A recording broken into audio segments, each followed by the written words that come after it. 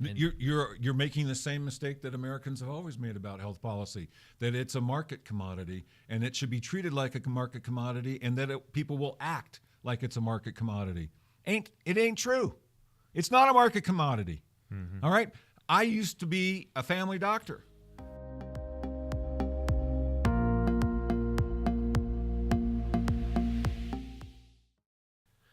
All right, today on the Utah Story Show, I talked to Dr. Joe Jarvis, who is the author of The Purple World.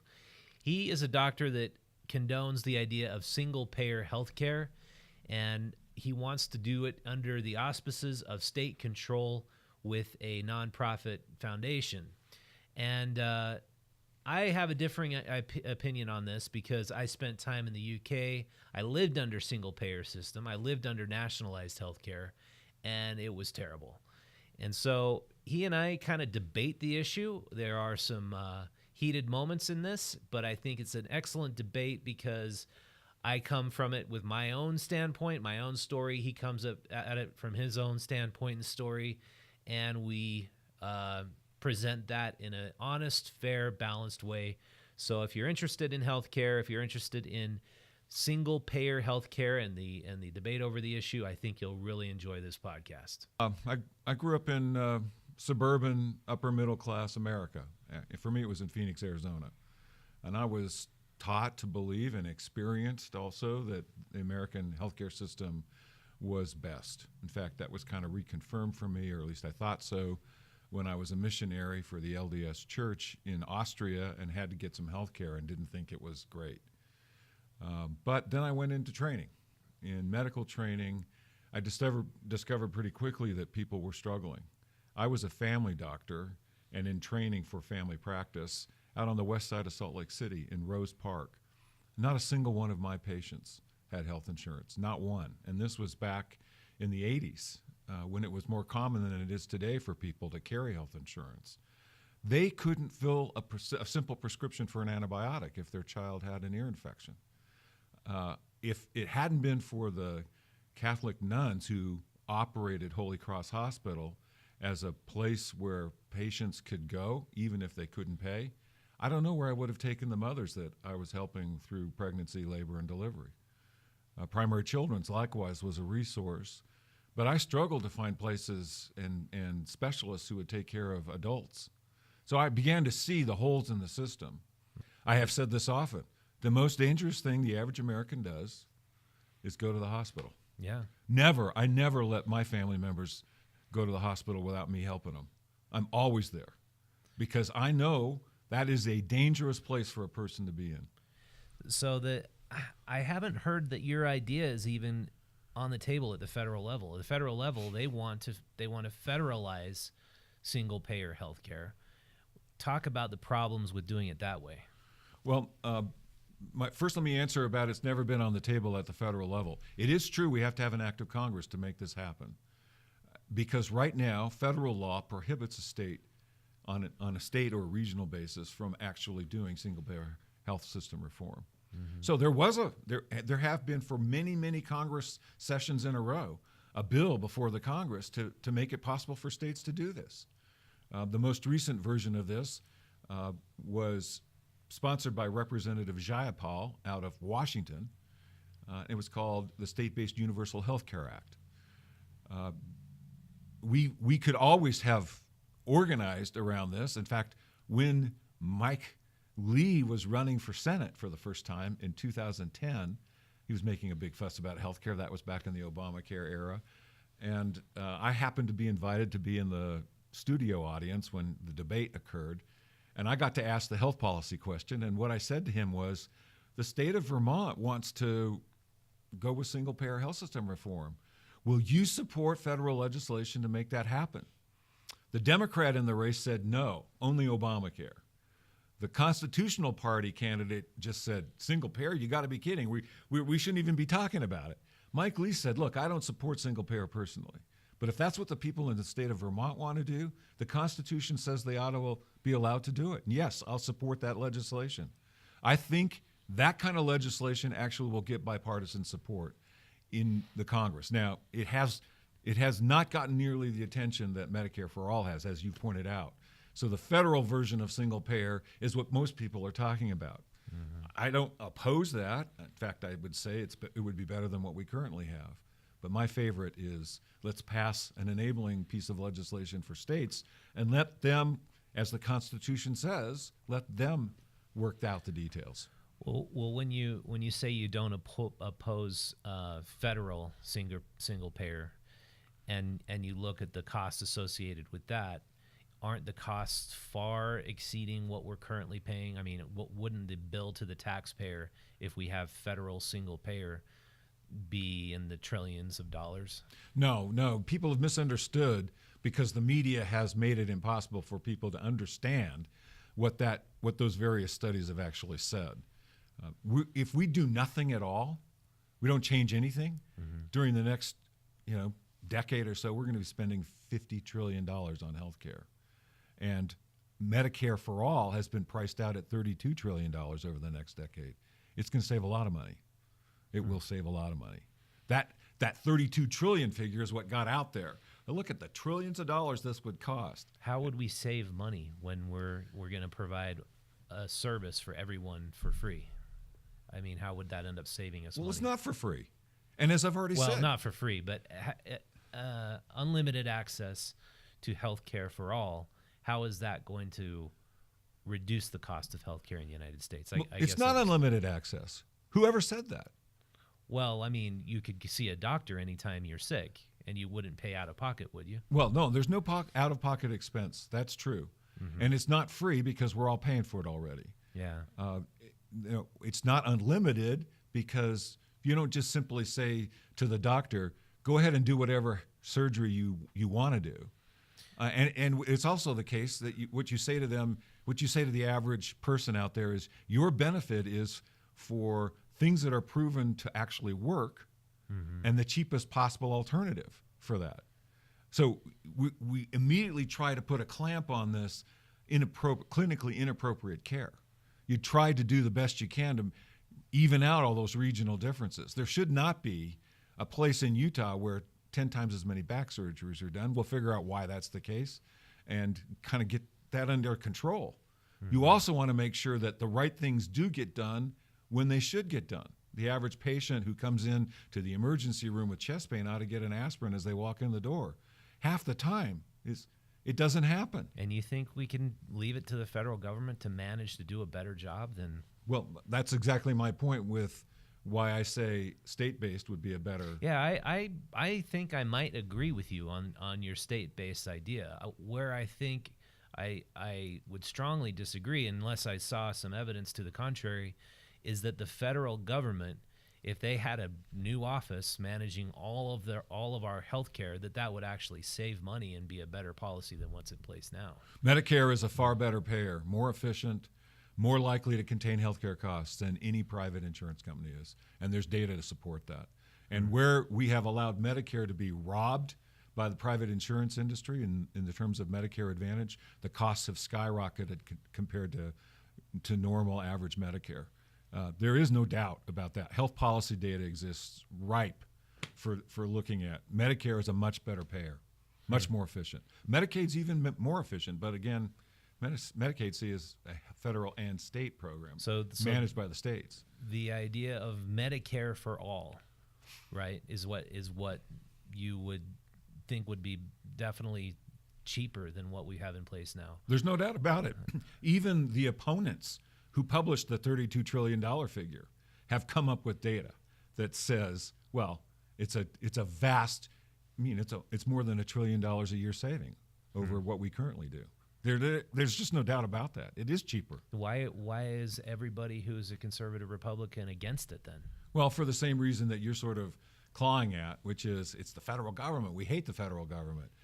I'm not sure why people have such a cringe. I think I have ideas about that, especially here in the West, where vast tracts of land are owned by the federal government, and it doesn't seem to ever go the right way for us here on the ground. I can get that, but I don't have as nearly the sort of cringe response. I just turned 65 last week. I'm now on Medicare, and I'm happy about it. I think it's great, and most people who do the same thing I just did feel the same way. Why? Really, it's one of the most beloved programs ever created for Americans. Another, maybe less popular than the GI benefits that happened after World War II. Also a federal program. Mm-hmm. The national parks are federal, right? I mean, there's a lot of good stuff that happens at that level. I don't have that sort of cringe response, but on the other hand, I get people don't. I mean, the only reason I have that response, and I consider myself an independent, is because I've never heard that we would actually save money. I've always just heard the opposite, that if we would actually save money if we turned over all of our health care to the federal government. Yes. The popular media really blew the coverage of all those various studies that rolled out last year. Mm-hmm. They really blew it because, well, quite frankly, they always blow it. They talk about the wrong thing in healthcare. The average American, therefore, is totally uninformed about this.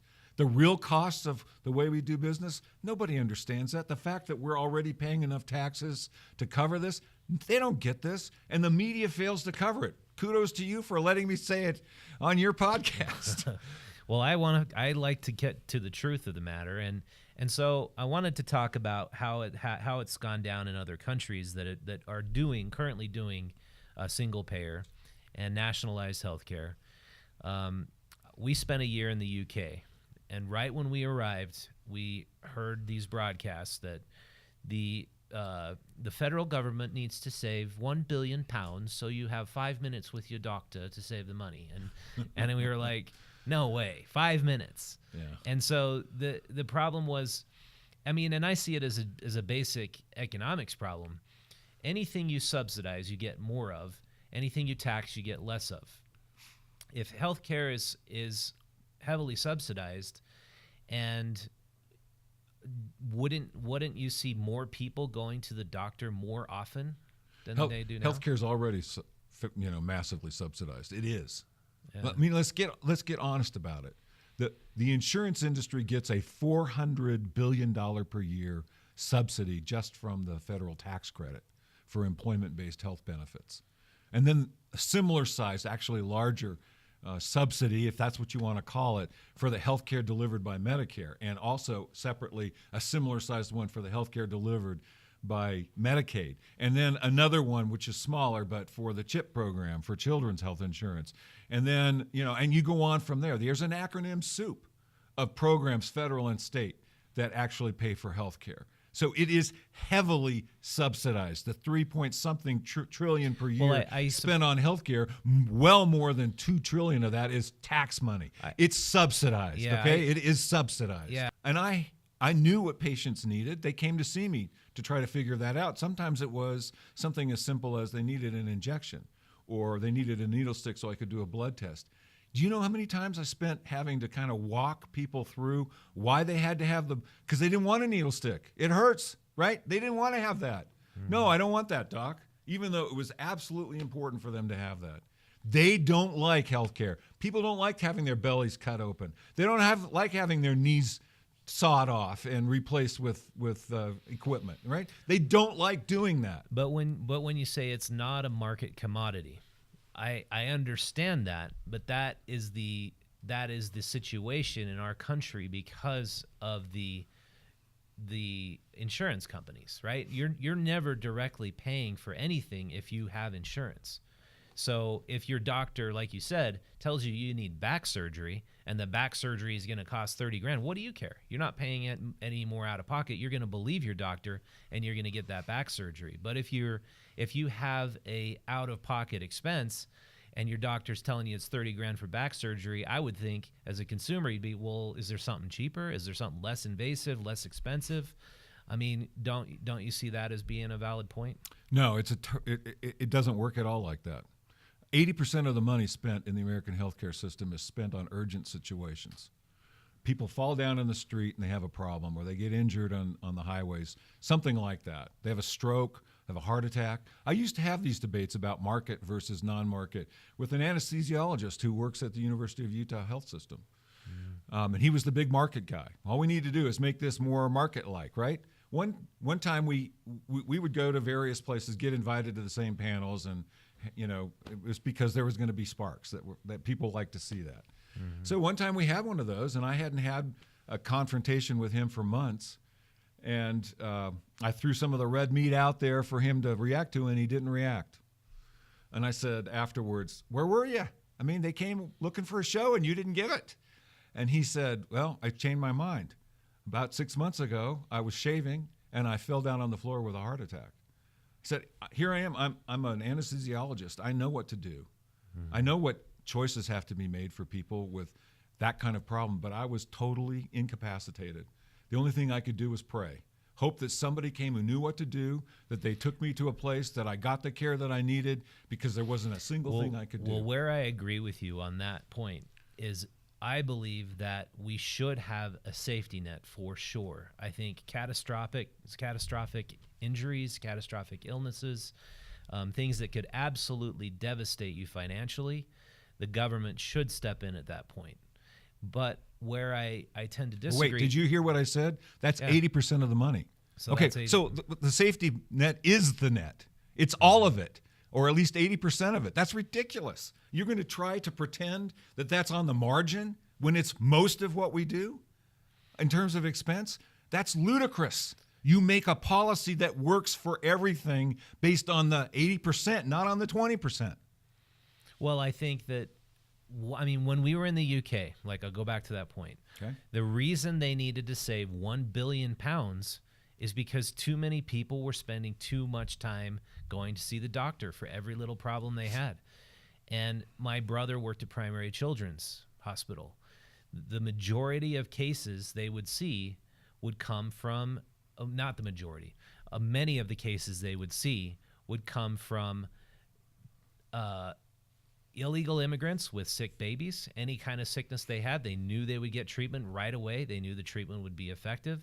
And a lot of people who weren't ever going to pay that bill, and I know that's currently, paid for by taxpayers, but it was because it was readily available and it was free out of pocket to the consumer. And so when you look at what's happened in Canada, you look at what's happened in the UK, where they're really decreasing the services, and then the wait times are so high for these surgeries. How is it that we can do it you believe we can do it so much better here? Okay, you've actually raised a bunch of different issues. Let me start with the one about the United Kingdom and the difficulties with their budget. They underfund healthcare. Okay, there's no solution for underfunding it that has anything to do with what the system, the flaws of the system.